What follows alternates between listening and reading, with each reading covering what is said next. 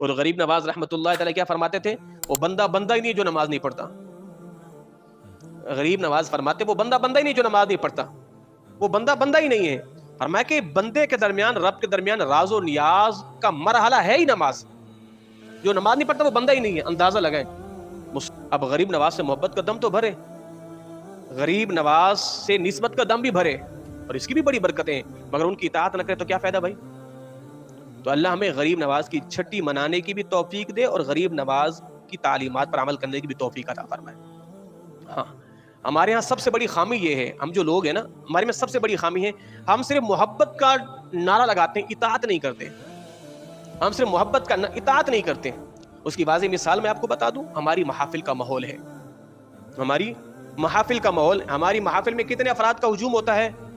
1000 2500 تو بندہ کہیں نہیں گیا, تو کہیں نہیں گیا. آپ کی محافل میں تو 2500 کا مجمع تھا, صبح نماز فجر میں کیوں نہیں تھے؟ یا آپ کی محفل نماز عشاء کے بعد شروع ہوئی؟ جی بالکل شروع ہوئی.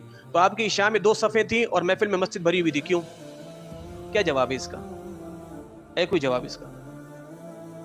آپ کی عشاء کی نماز میں 3 صفیں تھیں, 8 بجے 12 بجے آپ کی محفل ختم ہوئی, پوری مسجد کھچا کھچ بھری ہوئی ہے.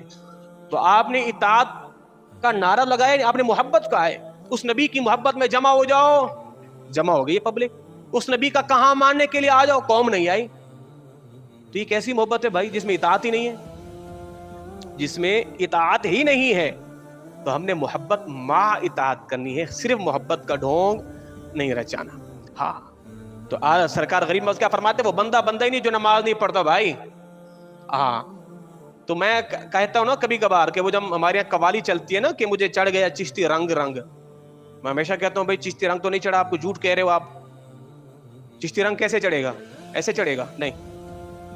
چشتی رنگ آپ کو تب چڑھے گا کہ جب آپ نماز تہجد کے ساتھ ساتھ اشراق چاش اوابین تہجد کے پابند بن گئے, پھر میں کہوں گا سلام سرکار آپ کو تو چشتی رنگ ڈبل چڑھ چکا ہے.